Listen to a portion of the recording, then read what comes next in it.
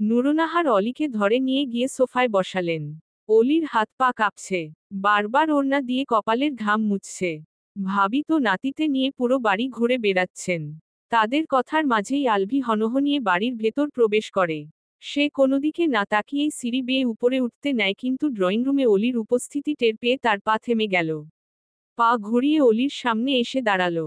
অলি কিছু বুঝে ওঠার আগেই আলভি এক হাত দিয়েই অলিকে কোলে তুলে নিয়ে নিজের রুমের উদ্দেশ্যে হাঁটা ধরল। নুরুন্নাহার হতবিহ্বল হয়ে তাদের যাওয়ার পানে তাকিয়ে রইলেন। রুমে এনে অলিকে বিছানায় বসিয়ে দিয়ে আলভি পুরো রুমে চোখ বুলালো। অলি কোনো কিছু গায়েই মাখল না, শুধু ভাবলেশীন ভাবে সামনের দিকে তাকিয়ে রইল। আমার ছেলে কোথায়? আলভির মুখ নিঃসৃত বাক্যটি শুনে অলি ফট করে আলভির দিকে তাকায়। আলভি এক হাতে মাথা চেপে ধরে বিরক্তি মিশিয়ে বাক্যটি উচ্চারণ করেছে। চোখ মুখ দেখেই বোঝা যাচ্ছে সে প্রচণ্ড বিরক্ত। কি হলো? কিছু জিজ্ঞেস করেছি আমি। আলো শুধুমাত্র আমার ছেলে। আপনার সাহস কি করে হয় ওকে নিজের ছেলে বলার? ওহ, ডিএনএ টেস্টের রিপোর্ট পেয়ে গেছেন বুঝি? আলভির কপাল আরও কুঁচকে গেল, মৃদু গুমিয়ে উঠল। কোনো টেস্টের রিপোর্ট দেখার প্রয়োজন নেই, ওর দিকে তাকালেই বোঝা যায় যে ও কার ছেলে। আর তুমি কি ওকে বাজার থেকে কিনে এনেছো নাকি? লজিকলেস কথাবার্তা বলবে না। ওহ আচ্ছা, এতদিন পর আজকে আমার কথাগুলো লজিকলেস লাগছে? আজকের আগে তো সবসময় তোমার ছেলে, তোমার ছেলে করতেন, তখন লজিকলেস লাগেনি? আলভির মাথায় প্রচণ্ড যন্ত্রণা হচ্ছে। সে ধোপাধপ পা ফেলে রুম থেকে বেরিয়ে গেল। উর্মিলার রুমের সামনে এসে শাহনাজ বেগম সহ আরিশকে খুঁজে পেয়ে সে একটা স্বস্তির নিঃশ্বাস ফেলল। আমার ছেলেকে আমার কাছে দেও। আলভির অবস্থা দেখে উর্মিলা ঘাবড়ে গেল। আলভির গায়ের শার্ট ঘামে জবজবে, মাথার চুলগুলো পর্যন্ত এলোমেলো, চোখ মুখ ফ্যাকাশে। ভাইয়া তোর কি হয়েছে? আলভি উত্তর না দিয়ে রুমে ঢুকে ছেলেকে কোলে নিতে গেলে উর্মিলা বাধা দিয়ে বলে, এই অবস্থায় আমার বাপজানকে ধরবি না বলে দিলাম। যা আগে ফ্রেশ হয়ে আয়। আলভি রাগে ফোঁস করে উঠল। উর্মিলার হাত ছাড়া মেয়ে তারা চিহ্ন রে সরিয়ে দিল। আমার ছেলেকে আমি যেমন ইচ্ছা তেমন ভাবে কোলে নেব। তুই বাধা দেওয়ার কে? আর একদম ওকে নিয়ে টানাটানি করবি না। ও আমার ছেলে। শাহনাজ বেগম আলভির কথাগুলো শুনে হতভম্ব হয়ে গেলেন। উর্মিলাও ভাইয়ের রাগ আঁচো করতে পেরে নিরাপদ দূরত্বে সরে গেল। আলভি ছেলেকে কোলে নিয়ে তবেই শান্ত হল। আমার ছেলে, আমার ছেলে বলে মাথা খারাপ করে ফেলছিস কেন এভি? আমরা সবাই জানি যে ও তোর ছেলে। বারবার এভাবে বলার কি মানে? তাছাড়া তুই বোনের সাথে এরকম বিহেভ করলি কেন? মায়ের কথা শুনে উর্মিলা থতমত খেয়ে গেল। লাইফে ফার্স্ট টাইম সে উর্মিলার পক্ষ নিয়ে আলভিকে ঝাড়ি দিয়েছে। এদিকে আলভি মায়ের কথাই শুনল না, যেন একদৃষ্টিতে তাকিয়ে রইল নিজের ফটোকপির দিকে। কিছুদিন পর বোনটা যখন অন্যের ঘরে চলে যাবে তখন বুঝবি যে ওকে ছিল। নুরুন্নাহার অলিকে ধরে নিয়ে গিয়ে সোফায় বসালেন। অলির হাত পা কাঁপছে, বারবার ওড়না দিয়ে কপালের ঘাম মুছছে। ভাবি তো নাতিতে নিয়ে পুরো বাড়ি ঘুরে বেড়াচ্ছেন। তাদের কথার মাঝেই আলভি হনহনিয়ে বাড়ির ভেতর প্রবেশ করে। সে কোনোদিকে না তাকিয়েই সিঁড়ি বেয়ে উপরে উঠতে নেয়, কিন্তু ড্রয়িং রুমে অলির উপস্থিতি টের পেয়ে তার পা থেমে গেল। পা ঘুরিয়ে অলির সামনে এসে দাঁড়ালো। অলি কিছু বুঝে ওঠার আগেই আলভি এক হাত দিয়েই অলিকে কোলে তুলে নিয়ে নিজের রুমের উদ্দেশ্যে হাঁটা ধরল। নুরুন্নাহার হতবিহ্বল হয়ে তাদের যাওয়ার পানে তাকিয়ে রইলেন। রুমে এনে অলিকে বিছানায় বসিয়ে দিয়ে আলভি পুরো রুমে চোখ বুলালো। অলি কোনো কিছু গায়েই মাখল না, শুধু ভাবলেশীন ভাবে সামনের দিকে তাকিয়ে রইল। আমার ছেলে কোথায়? আলভির মুখ নিঃসৃত বাক্যটি শুনে অলি ফট করে আলভির দিকে তাকায়। আলভি এক হাতে মাথা চেপে ধরে বিরক্তি মিশিয়ে বাক্যটি উচ্চারণ করেছে। চোখ মুখ দেখেই বোঝা যাচ্ছে সে প্রচণ্ড বিরক্ত। কি হলো? কিছু জিজ্ঞেস করেছি আমি। আলো শুধুমাত্র আমার ছেলে। আপনার সাহস কি করে হয় ওকে নিজের ছেলে বলার? ওহ, ডিএনএ টেস্টের রিপোর্ট পেয়ে গেছেন বুঝি? আলভির কপাল আরও কুঁচকে গেল, মৃদু গুমিয়ে উঠল। কোনো টেস্টের রিপোর্ট দেখার প্রয়োজন নেই, ওর দিকে তাকালেই বোঝা যায় যে ও কার ছেলে। আর তুমি কি ওকে বাজার থেকে কিনে এনেছো নাকি?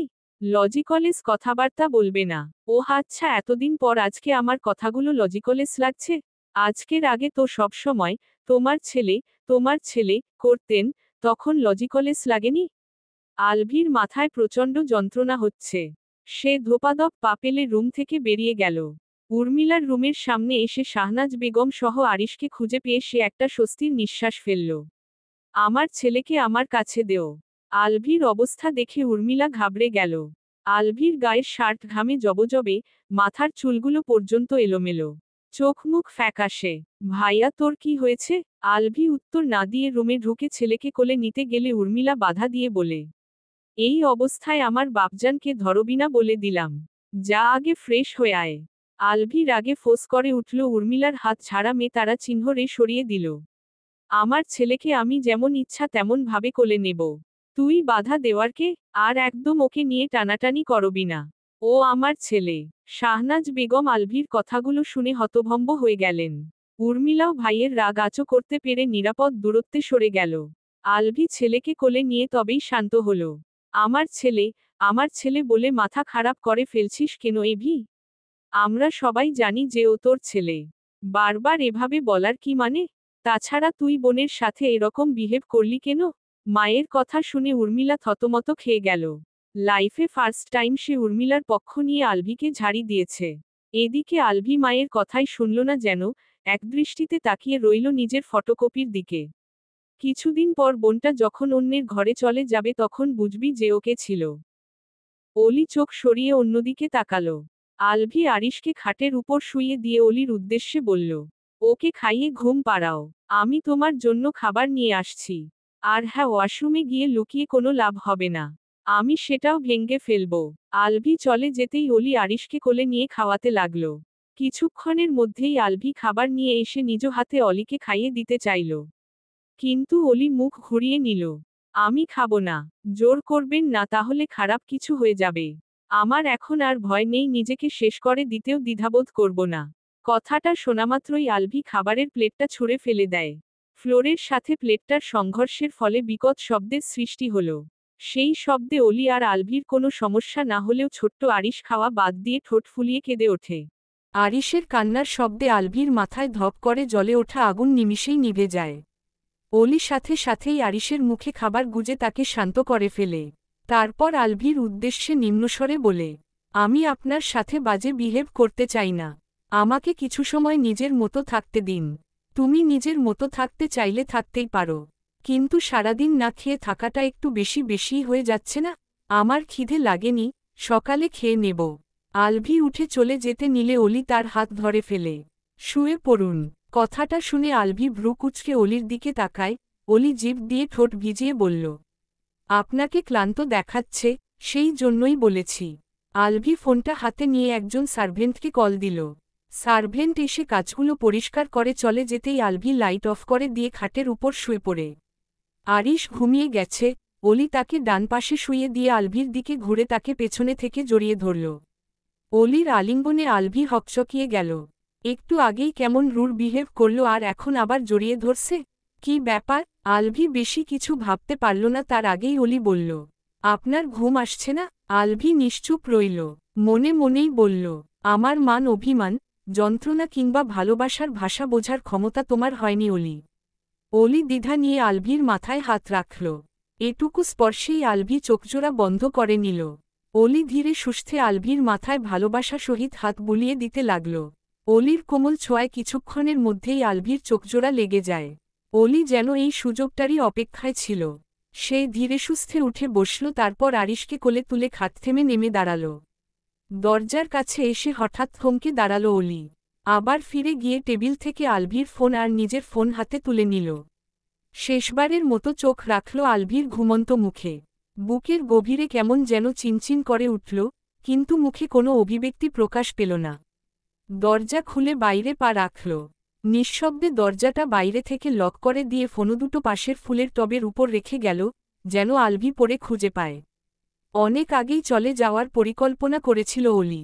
সেই জন্য দরকারি কিছু জিনিস আর কাগজপত্র গোপনে ব্যাগে গুছিয়ে বাগানে ফেলে দিয়েছিল। কিন্তু আলভির জন্য দেরি হয়ে গেল, যার জন্য এখন এই মাঝরাতেই তাকে আশ্রয় খুঁজতে হবে। বাগানে এসে অন্ধকারে হাতড়ে হাতড়ে ব্যাগটা খুঁজতে লাগল অলি। ঝোপঝাড়ের মধ্যে ফেলে দেওয়া ব্যাগটা খুঁজে পেতেই হালকা স্বস্তির নিঃশ্বাস ফেলল। ঠিক তখনই কান খাড়া হয়ে উঠল, কারো কণ্ঠস্বর ভেসে আসছে। অলি একদম স্থির হয়ে দাঁড়িয়ে গেল।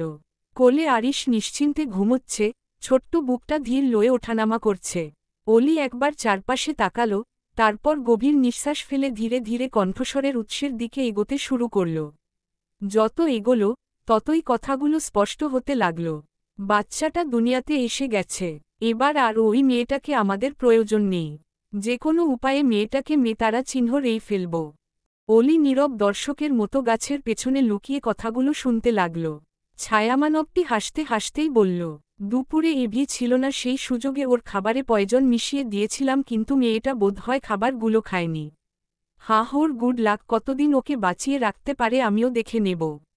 লোকটার কথা শুনে অলির সারা শরীর কেঁপে উঠল, শ্বাস প্রশ্বাসের গতিও বেড়ে গেল। লোকটা কল কেটে দিয়ে সামনে তাকাতেই বাগানে লাগানো লাইটের আলোয় অলি পুরোপুরিভাবে লোকটার চেহারা দেখতে পায়। লোকটা হচ্ছে ইয়াদ। ইয়াদও অলির দিকে তাকাতেই নেবে, কিন্তু তার আগেই ফোনটা আবারও বেজে ওঠে। ইয়াদ একটা শ্বাস ফেলে কলটা রিসিভ করে। ফোন দিচ্ছিস কেন? তোর কি মনে হয় এভির সর্বনাশ করার পরিকল্পনা করা ছাড়া আমার আর কোনো কাজ নেই? ইয়াদ থামল। একদম কান্নাকাটি করবি না, তোর কান্নার শব্দগুলো একদম বিরক্তিকর। মেজাজ খারাপ হয়ে যায়। ফোনের অপাশ থেকে কিছু হয়তো বলল, যা শুনে ইয়াদ আবারও থেমে গেল। তারপর বলতে লাগল, লজ্জা করছে না যে তোর এত বড় সর্বনাশ করল তার জন্য হাউমাউ করে কান্না করতে? ও তোর থেকে মা হওয়ার ক্ষমতা কেড়ে নিয়েছে, বুঝি সেটার মানে? একটা মেয়ের মাঝে যদি মা হওয়ার ক্ষমতাটাই না থাকে তাহলে তার জীবন মূল্যহীন হয়ে যায়। শোন, ফার্দার কল করে কান্নাকাটি করবি না। তুই এভির বাচ্চার মা হতে চাস, সেই জন্যই কিন্তু বাচ্চাটার কোনো ক্ষতি করিনি। নইলে এতদিনে তুই এভির বউ হয়ে যেতে পারতি। মা আর বউ একসাথে হতে চাইলে তো একটু বেশিই ধৈর্য ধরতে হবে। রূপ অলি গাছের আড়ালে নিথর হয়ে দাঁড়িয়ে রইল, যেন শরীরটা ভারী পাথরে পরিণত হয়েছে। আর কোনো সন্দেহের অবকাশ রইল না। এসবের নেপথ্যে ইয়াদি আছে। ফুপাতো বোনের স্বার্থ রক্ষার জন্যই সে এমন নির্মম ফাঁদ পেতেছে, এমনকি অলিকে মেতারা চিহ্ন রে ফেলতেও দ্বিধাবোধ করছে না। ইয়াদ কল কেটে সোজা বাড়ির দিকে পা বাড়াল। অলি তাকিয়ে রইল তার চলে যাওয়ার দিকটায়। কিছুক্ষণ পর ধীর পায়ে গাছের আড়াল থেকে বেরিয়ে এলো। নিজের পায়ের শব্দ যেন নিজেই শুনতে পাচ্ছে না। ভারী মন নিয়ে অলি নতুন পথে হাঁটা শুরু করল। যেদিকে দুচোখ যাবে সেদিকেই চলে যাবে সে। তবুও এই অভিশপ্ত বাড়িতে আর এক মুহূর্তও থাকবে না। যেই বাড়ি তার থেকে সব কেড়ে নিয়েও ক্ষান্ত হয়নি, এখন তার বাচ্চাটাকেও কেড়ে নেওয়ার জাল বুনছে। এমনকি বেঁচে থাকার অধিকারটুকুও কেড়ে নেওয়ার চক্রান্ত করছে।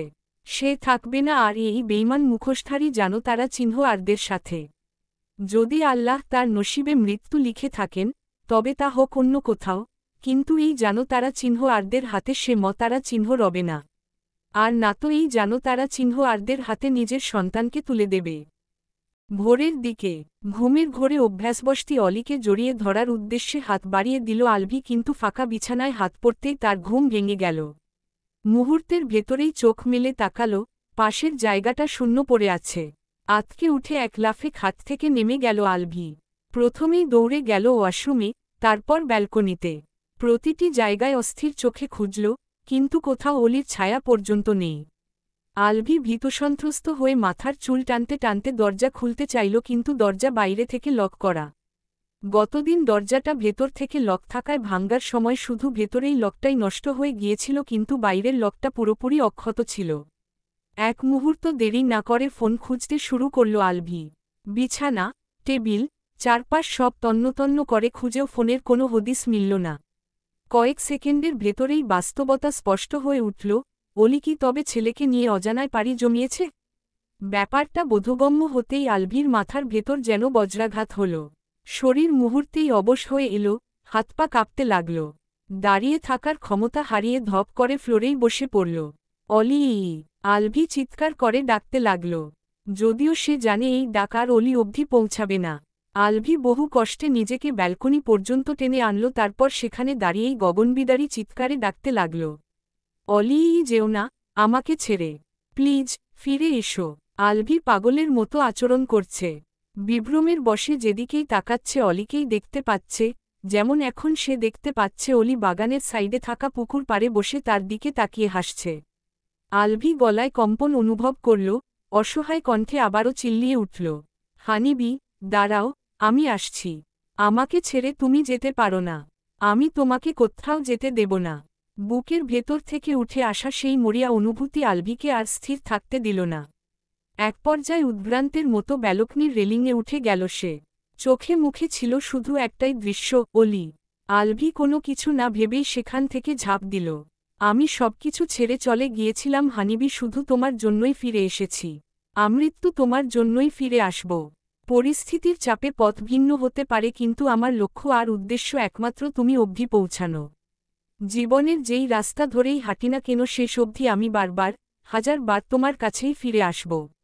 তুমি শুধু আমার জন্য অপেক্ষা করবে তো? সকাল 11টা। এক্সকিউজ মি, জানালার পাশের সিটটা আমার। পুরুষালী কণ্ঠ শুনে জানালার পাশের সিটে বসে থাকা নিকাব পরিহিতা নারীটি পুরুষটির দিকে তাকাতেই থমকে গেল। বিড়বিড় করে উচ্চারণ করল, নোমান ভাই। এদিকে নিকাবের আড়ালে থাকা সর্ষি রমণীটিকে চিনতে কিছুটা বেগ পেতে হল। তবুও কনফার্ম হওয়ার জন্য বলে উঠল, Mrs Oli? Are you Mrs অলি? অলি আনমনেই মাথা নেড়ে হ্যাঁ বলে ফেলল। নোমান যেন আকাশ থেকে পড়েছে। তৎক্ষণাৎ চোখ পড়ে অলির কোলে থাকা জোনাকি পোকা আর্ট করা বেবি র্যাপারে মোড়ানো নবজাতকের উপর।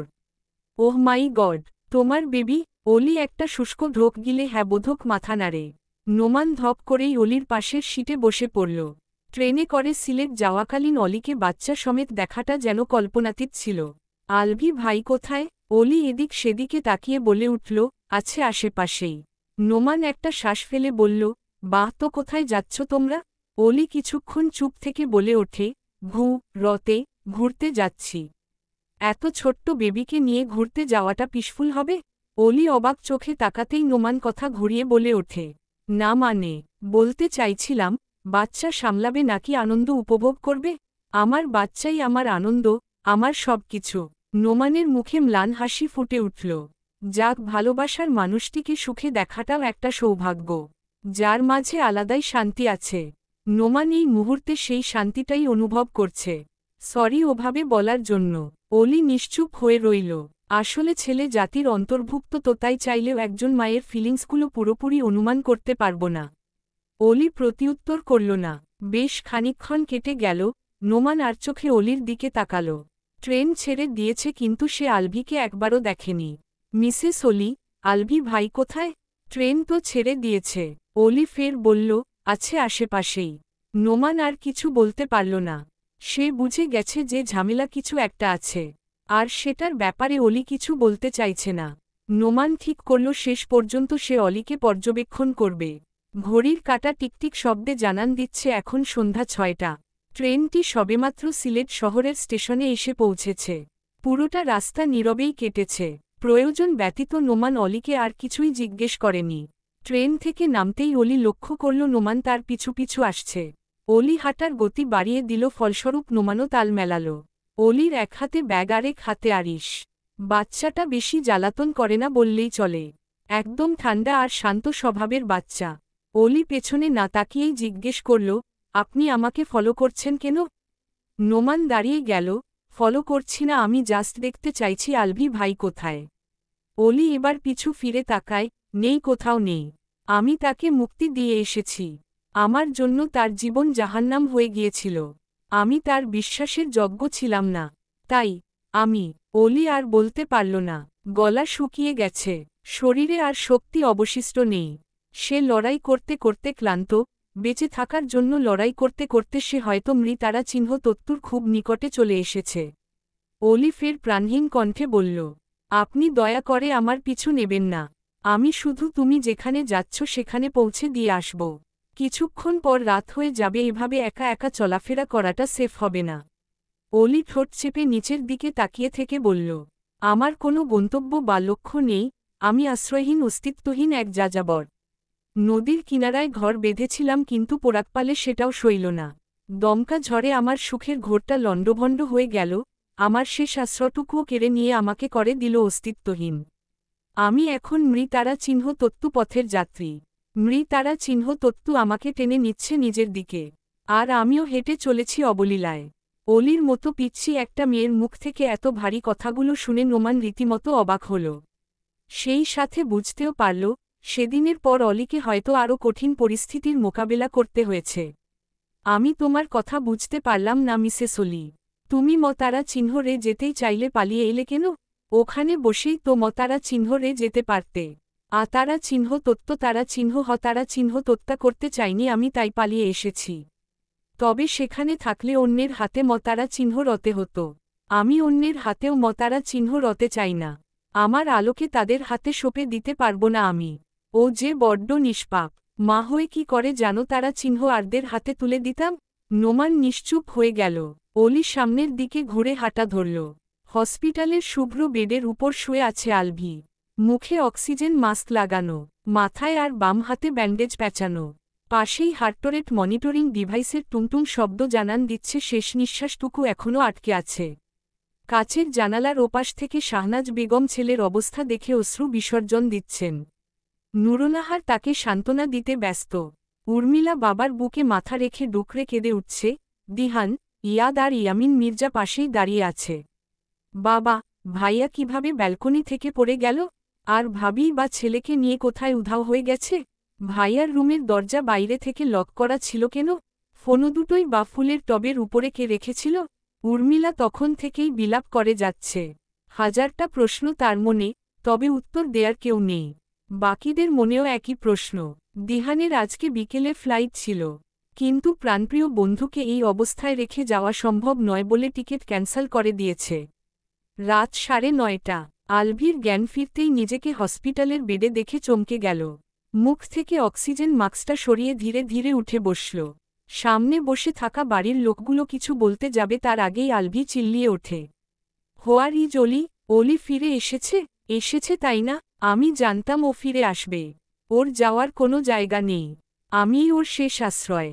আমি ছাড়া ওর কেউ নেই। ও কোথায়? আসতে বলো।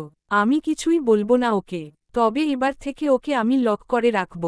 দরকার হলে শেকল দিয়ে বেঁধে রাখব। ডাকো ওকে। আলভির কথাগুলো শুনে সবাই হতভম্ব হয়ে গেল। কি বলছিস? ভাবি কোথায় গেছে? দিহান প্রশ্ন ছুড়ল, কিন্তু এই প্রশ্ন শুনেই আলভি বুঝল অলি ফিরে আসেনি।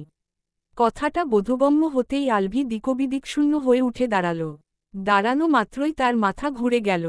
ব্যালকনি থেকে পড়ে যাওয়ার কারণে মাথার পেছনের সাইড ফেটে গেছে। বাম হাতটা পিঠের নিচে পড়ায় সেটাও মচকে গেছে। আলভি মাথা চেপে ধরে মনে মনেই আওড়াল। তুই আমাকে ছেড়ে চলে গেলি? কিভাবে পারলি চলে যেতে? আমি কখনো ভাবতেও পারিনি যে তুই আমাকে ছেড়ে চলে যাবি। আরে আমি তো জানতাম তোর পুরো দুনিয়াটাই আমার মাঝে সীমাবদ্ধ। আর যাই হোক আমাকে ছেড়ে চলে যেতে পারবি না। এভাবে আমাকে ভুল প্রমাণ করে দিলি। এখন আমি কোথায় খুঁজব তোকে? আলভিকে চুপচাপ বসে থাকতে দেখে শাহনাজ বেগম জিজ্ঞেস করলেন, বৌমা দাদুভাইকে নিয়ে কোথায় গেছে? আলভি বলল, চলে গেছে। চলে গেছে মানে? কোথায় চলে গেছে? দিহানের প্রশ্নের উত্তরে আলভি ছোট্ট করে উচ্চারণ করল, জানি না। আলভি আর কোনো প্রশ্নের উত্তর দিতে চায় না। সে ডান হাত দ্বারা মাথা চেপে ধরে কেবিন থেকে বেরিয়ে গেল। বাকিরা শুধু আহাম্মকের মতো তার যাওয়ার পানে তাকিয়ে রইল। 3 দিন পর। কেটে গেছে 3 দিন। তবে আলভির কাছে মনে হচ্ছে 3 যুগ পেরিয়ে গেছে। অলিকে ছাড়া এক এক সেকেন্ড যেন এক এক ঘন্টার সমতুল্য। এখন মাঝরাত। ড্রেসিং টেবিলের সামনে দাঁড়িয়ে আছে আলভি। মাথার আর হাতের ব্যান্ডেজ খোলা হয়নি। আরও কয়েকদিন পর খোলা হবে। পুরো রুমে জিনিসপত্রের ছড়াছড়ি, আসবাবপত্রও লণ্ডভণ্ড। খাটের উপর আরিশের জন্য কিনে আনা আদুরে পোশাক আর খেলনাগুলো ছড়িয়ে ছিটিয়ে রাখা। আলভির চোখ আটকে আছে ড্রেসিং টেবিলের ভাঙ্গা আয়নায়। সেই আয়না, যেখানে প্রতিনিয়তি তার প্রিয়তমা স্ত্রীর প্রতিচ্ছবি ফুটে উঠত। এই আয়নাটার সামনে বসেই সে চুল বাঁধত। চুল বাঁধা ছিল যেন তার মৌলিক কাজের অংশ। আর আলভির চোখে সেই দৃশ্য ছিল জাদুর মতো। আলভি অগণিত বার তাকে চুল বাঁধতে দেখেই বেসামাল হয়ে গিয়েছিল। আজ সেই আয়না শুধু ভাঙা কাচের টুকরোয় আলভির নিঃসঙ্গ প্রতিচ্ছবি ফিরিয়ে দিচ্ছে। চারদিকে ছড়িয়ে থাকা অন্ধকারে সেই প্রতিচ্ছবিও যেন অপরিচিত ঠেকেছে। তোর আমার কথা মনে পড়ে না, তাই না? তাহলে আমার কেন এত মনে পড়ে তোর কথা? আমি কি পাপ করেছিলাম বলেই এই শাস্তি পাচ্ছি? তোকে ভালোবাসাটা কি আসলেই পাপ ছিল? কিন্তু আমি তো জানতাম ভালোবাসা পাপ নয়। আলভি হঠাৎ থেমে গেল। কাপা হাতে একটা সিগারেট জ্বালালো। নীলচে ধোয়ার কুণ্ডলি ছড়িয়ে পড়ল চারপাশে। ঘরের স্তব্ধ বাতাসে ধোঁয়াটা যেন অলির স্মৃতি হয়ে ভেসে বেড়াচ্ছে। আলভি ধোয়ার আড়াল থেকে শূন্য দৃষ্টিতে তাকিয়ে রইল ভাঙা আয়নার দিকে। ঠোঁট নড়ে উঠল আবার। আমি তোকে খুঁজে বের করবই। খুঁজে বের করে শেকল দিয়ে বেঁধে রাখব। তবু তোকে সত্যিটা বলতে পারব না। কেন জানিস? কারণ সেই সত্য সহ্য করার শক্তি তোর কখনো ছিল না, আজও নেই, আর ভবিষ্যতেও হবে না। আর আমি সেই সত্যটাকে বহু আগেই নিজের হৃদয়ের গহীনে কবর দিয়ে ফেলেছি। সিগারেটটা শেষ হতেই আলভি ড্রেসিং টেবিলের ড্রয়ার থেকে একটা ইঞ্জেকশন বের করল। সে জানে, ভেতরে মরতারা চিহ্ন ফিন আছে, এক ধরনের শক্তিশালী ওপিওয়েড, যা দ্রুত শরীরকে নিস্তেজ করে দেয়। ঘাড়ে নিজে নিজে ইঞ্জেকশন পুশ করা ভয়ঙ্কর ঝুঁকিপূর্ণ, তবুও সে এটাই করবে। সূচটা ঢুকতেই ঠান্ডা ধাতুর খোঁচায় চামড়া কেটে গেল। ধীরে ধীরে তরলটা শিরায় মিশে যাওয়ার সাথে সাথেই আলভি বুকের ভেতর অদ্ভুত এক ভারী চাপ অনুভব করল। হাত পা ক্রমশ ঢিলে হয়ে আসছে, দৃষ্টিশক্তি ঝাপসা। কয়েক সেকেন্ডের মধ্যেই আলভির শরীর এবং মাথা দুটোই নিয়ন্ত্রণের বাইরে চলে গেল। টলতে টলতে সে ঠাস করে খাটে লুটিয়ে পড়ল। চোখের পাতা যেন ইটের মতো ভারী হয়ে এসেছে। শরীর জুড়ে অদ্ভুত এক অস্থিরতা কাজ করছে, কিন্তু প্রতিরোধ করার শক্তিটুকুও অবশিষ্ট নেই। চারপাশের সবকিছু আস্তে আস্তে অন্ধকারে ডুবে গেল। শ্বাস ধীর হয়ে এলো, তবে মৃদু, স্থির ছন্দে চলতে থাকল। আলভির অবচেতন মস্তিষ্কে ভেসে উঠল আজ থেকে 20 দিন আগের ঘটনা। ফ্ল্যাশব্যাক। আলভি ল্যাপটপে একটা ইম্পর্ট্যান্ট কাজ করছিল, তখনই তার ফোনে একটা আননোন জিমেইল থেকে মেইল আসে। মেইলটা ওপেন করতেই স্ক্রিনে ভেসে ওঠে